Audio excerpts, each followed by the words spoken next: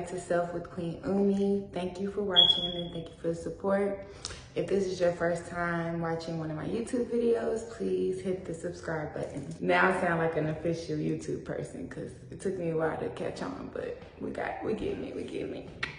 So today on Melanin Magic, I wanted to shout out Sherelle. Sherelle is somebody I also went to high school with, and she's from St. Louis, Missouri. She has a brand called Just Add Herbs, where she sells herbal supplements, herbal drinks. She sells sea moss gel and everything like that. And she has all the good herbs that, you know, are like superfoods and very beneficial to your health. Why not support a fellow Black queen? You know what I'm talking about? Okay, so I'm doing a 3-part series called Getting Balanced, and last video was about chakras and just introducing you to chakras. And today I'm going to talk about how to actually balance those chakras and what practices you can incorporate into your daily lifestyle to make sure that you're balanced, not only mentally, spiritually, but emotionally. I'm just gonna give a recap on the chakras. So there's the first chakra, which is the root chakra that is located in the base of the spine. And then there's the sacral chakra, which is located 2 inches below the navel. And then there's the solar plexus chakra that is 2 inches above the navel. The heart chakra, which is right in your diaphragm or in where your sternum is at. And then your throat chakra, which is where your throat is at. Then your third eye chakra, which is in between the forehead. And then your crown chakra, which is 6 inches above the crown of your head. So as we know, the outside world definitely can take a toll on you internally. And that is my goal with this channel, is just to show people through my experiences and what I've learned that everything really does come within. It starts within, it ends within. You know, the motto. So I'm going to name some characteristics or some situations that you may have been in that could contribute to imbalancing these chakras. When someone is experiencing anger, obviously anger is, you know, not the most healthiest emotional state to be in, although it is very much natural. Anger can affect your root chakra. It can affect all other chakras, but mainly your root chakra. When someone is experiencing anxiety, that is affecting all chakras across the board. When you're experiencing conflict, then you're experiencing blocked chakras within your heart chakra and your throat chakra, right? You know, a post that my cousin just told me the other day that she read was so powerful was, holding a grudge is like burning a fire inside of you. Wait, what is it? Holding a grudge is like holding a fire inside of you, but it's not burning the other person or something like that. At the end of the day, no matter what conflict, whether it's conflict with someone else or conflict within yourself, is going to affect you first. Depression would affect the heart chakra and the crown chakra. Your digestive system is associated with the solar plexus chakra. When we're dealing with grief, your heart chakra is being affected as well. Those were just little facts of what could be imbalanced. Fun fact about chakras, and this is about to get a little rated R, so, you know, don't judge me. But fun fact is, when you have an orgasm, all 7 chakras are aligned at the same time.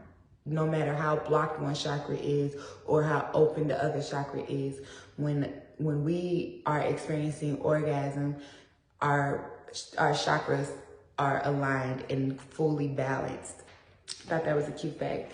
Another fun fact is that when your heart chakra is balanced, it automatically aligns and balances the chakras underneath it, which is the solar plexus chakra, the sacral chakra, and the root chakra. A lot of research that I've done, it would tell you want to start from the bottom up, which is actually, so your first chakra is from the bottom up. So you want to start with your root chakra and work your way up into the crown chakra, and that's when you have reached enlightenment.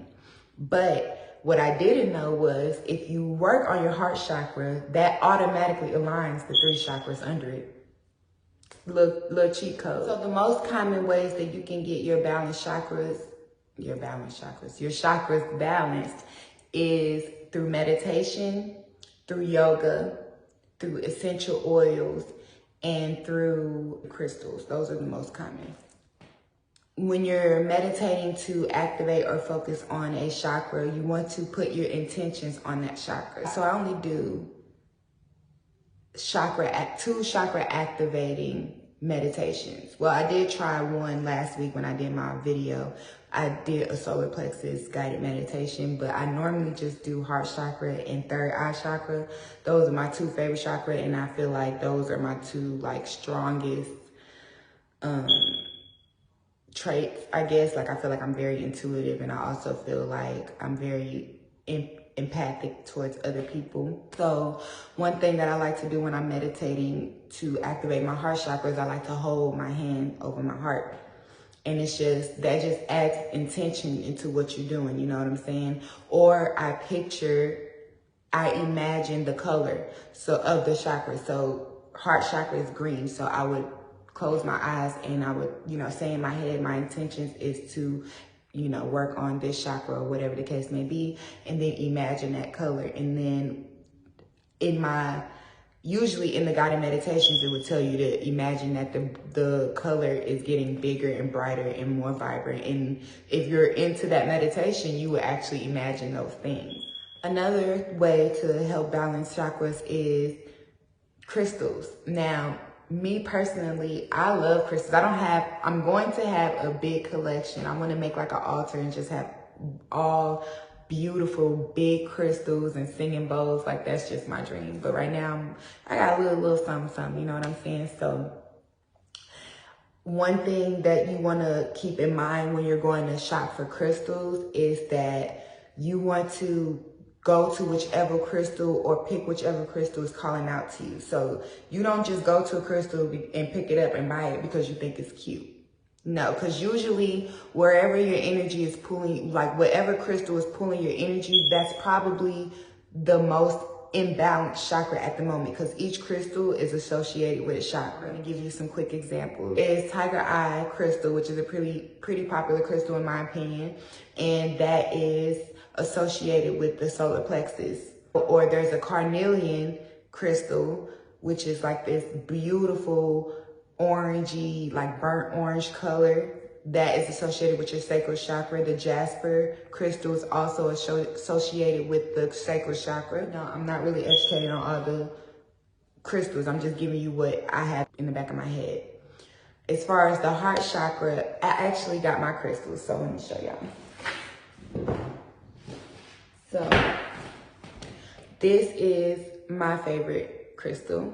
Her name is Rosie. This is called a rose quartz. It is associated with the heart chakra, and it's beautiful, ain't it? Like,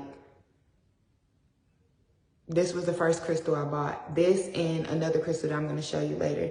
And I feel like that's why it's so important to just go with the crystal that calls out to you, because it'll tell you a lot about, like, when I went to the crystal store, I didn't know much about crystals. I didn't know what the colors had to be associated with. I didn't know what energies those crystals were supposed to help you with.